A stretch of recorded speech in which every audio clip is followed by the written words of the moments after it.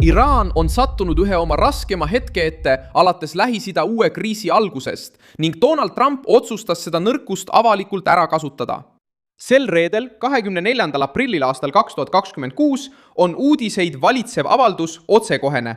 Ameerika Ühendriikide presidendi sõnul valitseb Teheranis kaos, puudub selge juhtimine, ühtne sõnum ja poliitiline jõud, et oma tuleviku üle kiiresti otsustada.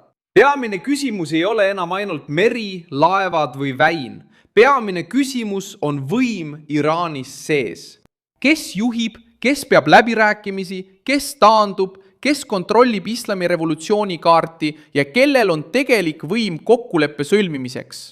Ma räägin sulle sellest kõigest kohe, aga praegu tahad sa kindlasti kanalile tellijaks hakata, et olla hästi informeeritud, saada reaalajas infot ja nautida parimat ajakirjanduslikku kvaliteeti, mida kunagi nähtud. Usaudus versus standardil Milson Alvise. Trump väitis, et Iraanil on suuri raskusi sellega, et teada saada, kes on nende juht. Seda lauset kasutati poliitilise pommina Teherani vastu. See pole ainult provokatsioon. See on selge katse näidata maailmale, et Iraani režiim on kaotanud stabiilsuse, mida ta on alati püüdnud nii sees kui väljapoole näidata. Washingtoni seisukoha kohaselt käib režiimi karmimate sektorite ja nende rühmade vahel võitlus, kes püüavad sõja, majanduse kokkuvarisemise ja rahvusvahelise surve tingimustes austust võita.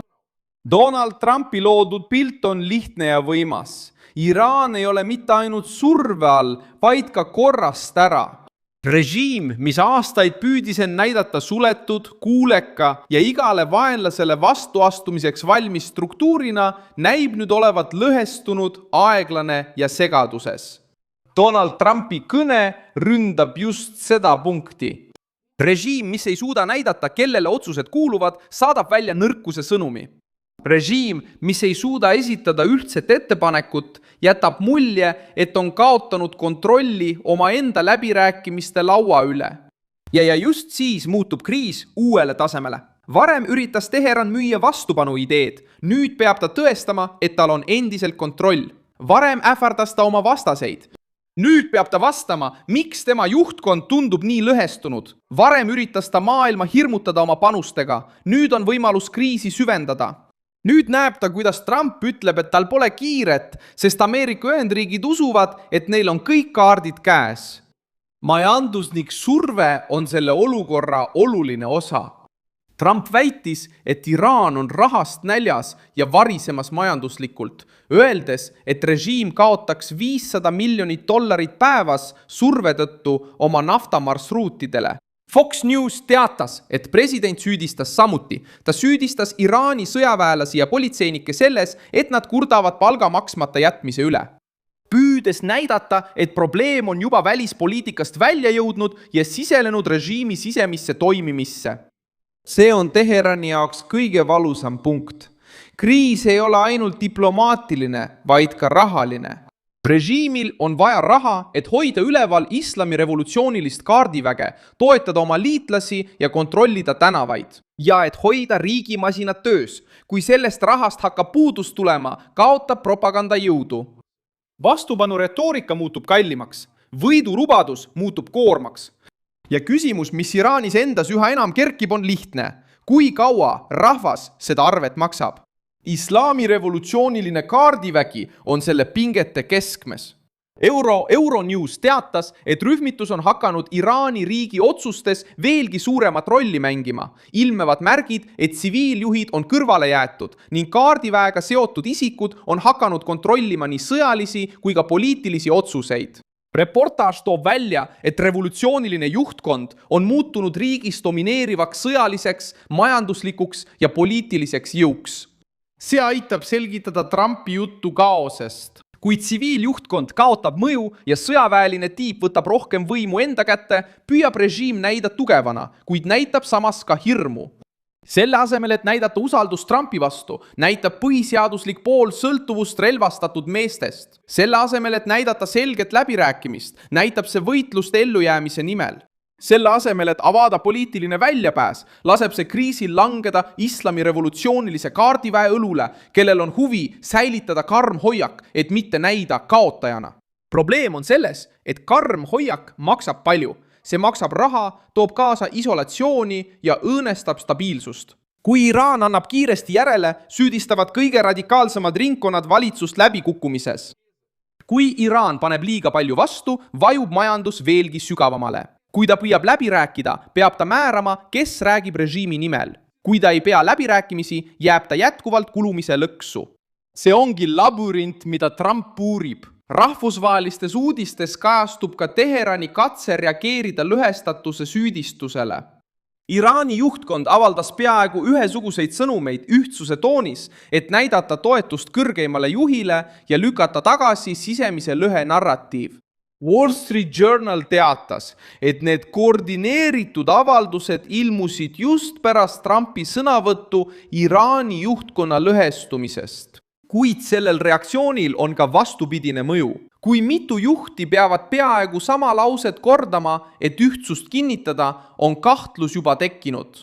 Tõeline ühtsus ei vaja nii kiiret lavastamist. Kui režiim peab kiirustama, et öelda, et ollakse ühtne, siis on süüdistus haiget teinud ja Trump teab seda. Ta ei pea iga mõra tõestama. Piisab, kui esitada õige küsimus õigel hetkel. Kes tegelikult valitseb Teheranis?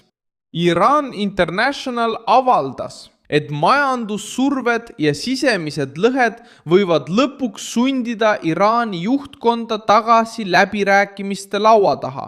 Tavaliste iraanlaste jaoks võib võidu idee sõltuda vähem geopoliitikast ja rohkem nende võimest ellu jääda nende ümber toimuva majanduskrahi tingimustes ja ellujäämine nende ümber toimuva majanduskrahi tingimustes. Teabe kontrollist on saanud osa sellest võitlusest. Iran International teatas samuti, et Iraan on edasi liikunud selektiivse interneti juurdepääsu mudeliga, kus teatud sektoritel oleks vaba juurdepääs, samal ajal kui enamik elanikkonnast jääks piirangute alla. Väljaandega rääkinud eksperdid näevad selles katset muuta sõjaaegne meede püsivamaks digitaalseks kontrollisüsteemiks. See punkt näitab režiimi hirmu.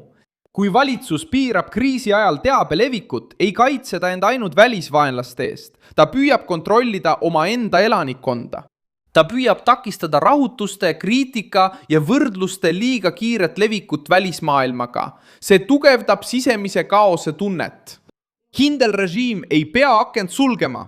Närviline režiim püüab kontrollida isegi valguse sissepääsu.